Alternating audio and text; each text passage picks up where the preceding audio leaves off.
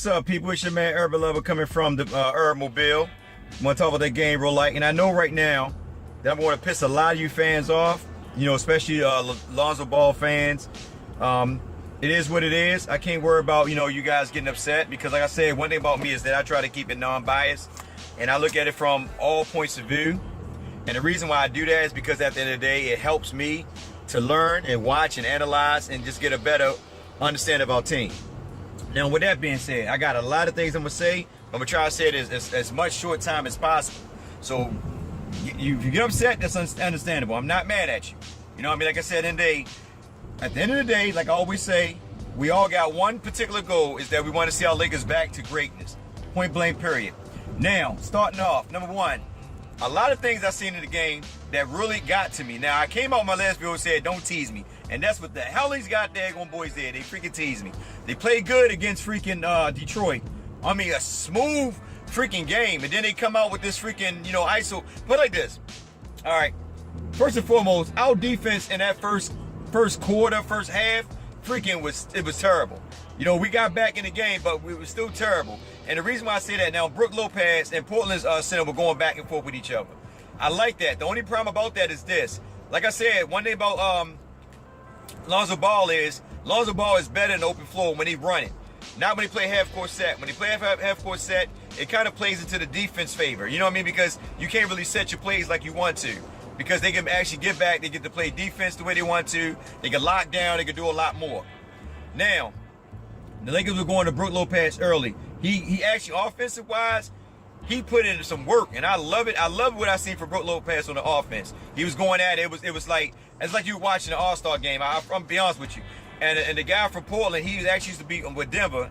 I can't hear his name, Rizit, whatever his name is. I'm sorry, yeah, I don't have my laptop in front of me right now. I'm gonna go pick my daughter up. But they were going back and forth. But the biggest problem with the Lakers, and I said it in my Twitter, in my Twitter feed, exactly with the same thing this year, it's the same thing last year. One thing about the Lakers is that switch off defense. I can't stand it because they switch too freaking early. Like, as soon as the players come across half court, some of them don't even fight through some of the picks. You know what I mean? They'll just go ahead and just switch off. And the biggest problem is that what happened is that the backcourt of Ding and McCullough was so fast that these guys, they had to help out. Lonzo and KCP just couldn't keep up with them. I'm being honest, they couldn't keep up with them. These guys were getting to the basket, doing whatever they want. And the thing is that freaking both of them, if you look at their stat, you'll say, wow, they didn't. You look at this, first of all, if you look at their stat, you'll say, well, they didn't have a good game. The point is that they made the shots when it mattered the most. And that's the whole point of the bottom line. A lot of shots weren't falling because they were shooting a lot of threes, but they were going to the center early to get him going. And one thing I got to say kudos to the Portland Trailblazers coach, because number one, first thing he did is that he basically scouted our weakness. The Lakers weren't really good in the interior defense, and they kept pounding the ball inside. When he pounded the ball inside, the guy was getting easy layups, easy looks, because they were switching off, so he was wide open on a lot of plays, a lot of uncontested shots. And Brook Lopez, I can't put all the blame on Brook Lopez. And the reason why I say that, because I already told y'all Brook Lopez defense is not that good. But I can't put all the blame on Brook Lopez because the guards got to know when to switch off. Somebody, the freaking weak side help got to come over. Somebody got to come and help him out. Because if he's stepping up, playing these guards, when the guards break past, KCP and Ball, and they come into the paint, Brook Lopez, his job is to step up. You know what I mean? Because he's the next defensive assignment that's waiting for them when they come to the paint. So when they get past him, when they come to Brook, the weak side elbows will come over and pick up Brooks' defender, and at the end of the day, the guards was to rotate out and pick up the weak side help defender. It was just a bad lack of communication. Same thing last year. They wasn't switching over quick enough.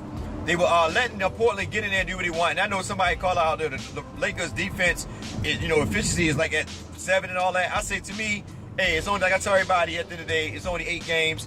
All that stuff is flawed to me, because somebody even also stated that the Lakers look way better than they did last year. To be honest with you, I'm going to be real with you guys. I got to disagree. And the reason why I got to disagree is this. The Lakers at this particular time were 4-4.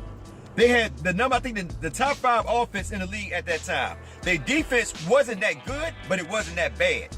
And remember, they finished off 10-10. All right? Right now, we're 3-5. So to be honest with you guys, we're about the same. You know what I mean? We're not at the point where the team look better this year than it did last year, because this year we don't have no score. I mean, we don't have no shooters. The only consistent shooter we got on this team, to be honest with you, is Kuzma. I'm just being real with you guys. He's the only consistent player. I'm a big Jordan Carson fan. I'm a big Larry Nance fan. And you know I like Lonzo Ball. I respect his dad. I don't care what none of you guys might say, but I respect his dad. But at the end of the day, the only consistent player we have on this team right now coming out the gate is Kuzma. Later on down the line, we probably have other guys step up, but Kuzma has been the only consistent guy, from the beginning to now. So we don't really have no consistent shooters. The only consistent shooter is Kuzma. So, like I said, you got them, but Lou Williams was killing. I think he was averaging like 18 at the time. Jordan was averaging like 16. Around that time when we had that streak going. D'Angelo Russell was averaging like 14, 13, something like that. But they were actually, Nick Young was averaging like 18. You know what I mean? So they were going. They were hot, they were going during this time.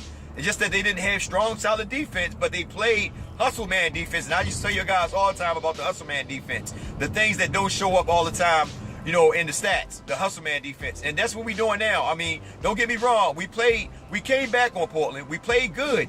But the main things that got to come at you guys is this. Number one,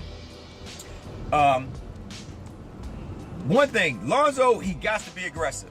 Cannot only take 2 shots. Here's the thing. If Lonzo would have took more shots, we could have won that game. No matter how good Portland played, we could have won that game. If Lonzo would have just made 2 buckets, we'd have won that game. And I'm not putting it on Lonzo. And I would tell you the reason why I'm not putting it on Lonzo, because if you notice these last 2 games, Lonzo has not been running the offense running the offense like he did the first couple games coming out the gate. Last couple games, KCP and Brandon Ingram been bringing the ball down. Now, KCP to me is not a good passer. Not a good passer. Made a couple bonehead plays. Not a good passer. Brandon Ingram, he okay. I like that. I told you guys. This is why I like Brandon at the 2. I like a lot of guys like KCP, but I like Brandon at the 2, and I still want Kuzma to be at the 3. Julius Randle at the power forward spot. That's just me. That's how I would run the squad. But I'm with Luke. I respect Luke. And I believe at the end of the day, Luke cannot move like he wanted to do, because this is all coming down from Magic Johnson.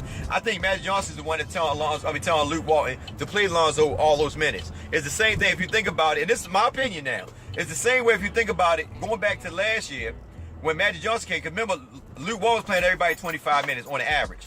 When Magic Johnson came, he said, no, sit Lou Aldane and Mozgov down and let the young guys run. Let them get 30-something minutes. And that's what he did. He let him get 30-something minutes. That came up from Magic him. And that's why I think that what it is that there's a lot of pressure on Lonzo. And Lonzo, at the end of the day, he still got to be aggressive. He's the number 2 pick. We cannot keep making excuses for him. Forget all the hype and all that. We can't make excuses for him, because first of all, we'd be like hypocrites. When D'Angelo Russell was struggling, we came out the gate on D'Angelo Russell. Even Nick Young, even though he might have been a veteran, we came out the gate on all the guys. Even Brandon Ingram, we came out the gate on every last player on that team. Julius Randle, Larry Nance, we said, Julius Randle got to have a better, he got to come a little better down low. He got to stop doing this and that. We would talk about all of them. But here come Lonzo. We don't want to talk about Lonzo. We make excuses. Well, it's only a couple games. It doesn't matter. As a pro, on a pro level, you still got to produce. And I think the biggest problem is that they took the ball out of his hand. That's only my belief.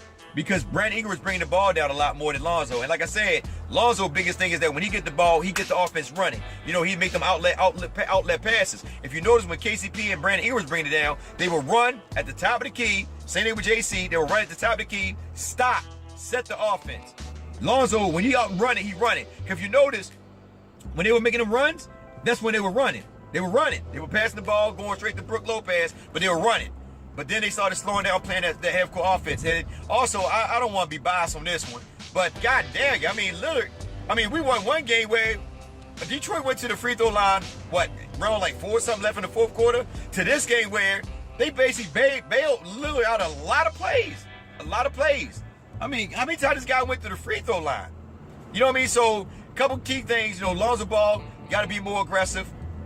Got to get to the paint. If your jump shot ain't fall, that's all right. Because I know Lonzo could break these guys down. We've seen it. He broke a lot of these guys down. He's 6'6", 6'7". These point guards like 6'1", 6'2". You got to be more aggressive. Got to get to the rim. Create shots for himself. Because he got the ball majority of the time when they allow him to bring it down. Because I still like the idea that him and Brandon Ingram bringing the ball down, because it takes a lot of pressure off him.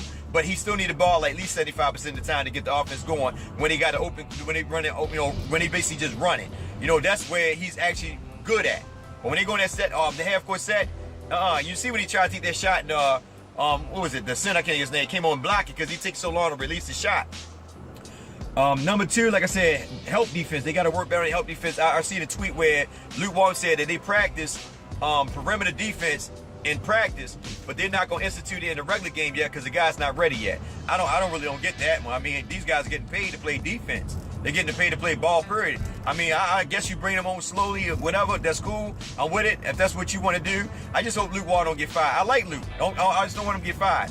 And the reason why I'm saying that, I'm not talking about this year. I don't think he'll get fired this year. I don't want him to get let go because I feel like he got Magic Johnson running the team. I feel like he got a bad rap only because they didn't bring him no shooters. And I'm just being honest with you. And then my thing, like I said, Lonzo Ball, he needs shooters. That's the reason why I say that Kuzma need to be on the field with Lonzo. He need to be on the field with Lonzo. They need to let him play. And now that Larry Nance is hurt, and I hope my man get well, I'm trying to see what they're going to do with Kuzma. Most likely going to play him at the power forward spot. I don't know why they just don't start Julius Randle at the power forward and let Kuzma play the 2. And let Brandon play the 3. I mean, I don't know. I mean, you could do so much with that team. You don't have to just make them according to what they, what you think that their position they play. Just because Kuzma's 6'9" doesn't mean they got to play power forward. He can play small forward. You know what I mean? Sure, that was Greg Popovich, man. He had them guys playing, you know what I mean? He had them guys in. He probably bring Brandon Ingram off the bench and let I don't know. I mean, Greg Popovich probably do a couple things. But my biggest thing, like I said, is that number 2, like I said, number 1, Lonzo, got to be more aggressive. Got to get to the rack, create shots for himself. You cannot go 0-2 in the pros. It cannot happen. You cannot only take 2 shots. And the other thing that Lakers got to work on, that I seen also that we got to pay attention to, is, God dang it, what was it that they also did, man? It was a couple things that the Lakers did. Because to me, I don't know, like, what was it? Okay, yeah, Luke Walton. I got to get on my man Luke. And I'm not getting on him like, like I said, this is my own analyst. I got to say something to him. On the Twitter feed, I basically said that, when they brought that center back in, they should have brought Brook Lopez in at that time. Every time they brought him in, Brook Lopez should have came in because Brook Lopez was playing pretty good. If you want to bring Brook Lopez in, this is when you bring Bogut in. You ain't bring Bogut. I don't think you bring Bogut in at all. If I'm not mistaken, you ain't bring him at all. You bring him in all other games, I would have brought him in because Bogut is much more physical. Meaning that he would put more body on that dude. And that dude, one thing about I tell people at the end of the day is that when you playing defense and you got a guy that shoot like that, you got to be a little physical with him to get him out there mental. You can't just let him just take these shots. You can't let him do what he wants because when you let him do what he wants, he controls the offense. He controls the flow of the game. You got to disrupt that. I would have brought Andrew Bogut in instead of putting Julius Randle on him. Well, allowing Julius Randle to play him for those 2 possessions that he came in to score back to back, and then McCullough came out and bang that 3, and that's when they jumped right up back on the lead. I'd have brought Bogut in, or I brought Brook Lopez in. I wouldn't have waited till they came in to score, I think it was 7-8 straight points, and then brought Brook Lopez in. I would have made that move. As soon as they brought him in, I brought Brook Lopez in. And I'll put Julius Randle at the power forward spot. The only reason why I say that, because you notice they were going to Ed Davis, right? When they were playing Kuzma. And even though Ed Davis is not known to be a scorer, but they were going to him because they wanted him to be the bit more physical presence on Kuzma, on their offense. Throwing his body at him, giving Kuzma a couple works down low, got a couple shots here and there. But that's what they were trying to do. They were working it down low. They were taking advantage of the Lakers' weak inside defense. And that's what they did. And then once that opened up, then they started, that's when the guards took over. And that's, like I said today, I got to give kudos to the coach because he did real good. But one thing Luke Walton definitely had to work on is his rotation. If you want to be successful in the NBA, you got to work on your rotation. You got to play your players according to their strength and weakness. You got to match up according to what the other team is putting out there. On that last play, I know he put Brandon right there because Brandon got longer arms. Personally, to be honest with you, I'd have put KCP on him. Either Josh Hart or KCP. I would have put KCP only because Josh Hart is a rookie, and knowing these refs, they'd freaking blow a whistle on Josh Hart, even if he ain't touch him. I'd have put KCP on him, or Corey Brewer. I'd have put somebody on him that's real aggressive physically on defense, mostly with a KCP. I'd have made him go to the rim. I'd have chased him off the perimeter, made him give up the shot, or force him into a shot that he wasn't comfortable with. Instead, we let him play with the ball for too long. Instead of putting the hands in him, let him get a little bit more physical. Take him to the line. If they had one more foul to go, I don't know if they had one more foul to give to actually put him on before they had to put him on the line. But I would have disrupted it a little bit. But this is the error of what Luke Walton's going to go through as he get more familiar at the coaching, as becoming a head coach. Because you got to keep in mind, he's still a rookie. I call Luke Walton a rookie because, at the end of the day, last year they had, well, not last year, I'm sorry. He's still a rookie because at the end of the day, You know, he's still there. You know, he was only there for 2 years. You know, he was the assistant coach. So I got to give him, you know, respect where respect is due. Like I said, they came back down from 18 to 19. I have mad love for that. But you got to close out these games. You got to know when to make substitution. You're not going to always make everybody on that team happy. It's about winning. If they're not down with your formula, Luke, guess what? Just bench them. What Magic Johnson said, if they don't want to come play, they got to sit or go. You got to play the guy. And my thing is this, and this is the reason why I say it. I'm going to let y'all guys go. And this is my own opinion. The reason why I say at the end of the day that Magic Johnson has given Lonzo the green light to get all those minutes, because I really believe in my heart that if it was Luke Walton actually running the show, he would have brought JC in and let JC finish the game. Nowhere in the world you'll see him having Lonzo out there only taking 1-2 shots. And you notice he don't say nothing bad about Lonzo, nothing bad about Ingram. You don't pay attention. These are the main two players that Magic Johnson like. He don't say nothing bad about them, but he'll beat up Julius Randle. He beat up everybody else, but he won't say nothing bad about those two. Anyway, it's your man, Urban Lover. The game come on tonight. You know, they get to play my man D'Angelo Russell. I want to see what D'Angelo going to do. I'm kind of happy for D'Angelo. He getting a chance to get the green light to go off. Now, I know D'Angelo probably go off because this is the old team, but I want us to get that W. I'm sorry, D'Angelo. It is what it is. I'm a Laker first, baby. I got the black on, but you know what that's it right there, right? Dodgers, you know, it had kind of dusty. God, they go that dust. Yeah, oh, God. Woo. Anyway, oh, my gosh. Look, see y'all guys tonight on Twitter for those that follow me and the ones that I follow back. Love you guys. I love everybody. You have a blessed day. You know how we do. Lakers for life. We're going to represent. We're going to always have our own different opinions, but we all got one goal, and that's to watch our boys get back to the top of dominance. LA till we die. Coming out your mama's. I got to get back in my mama's basement. I ain't made none of those videos yet.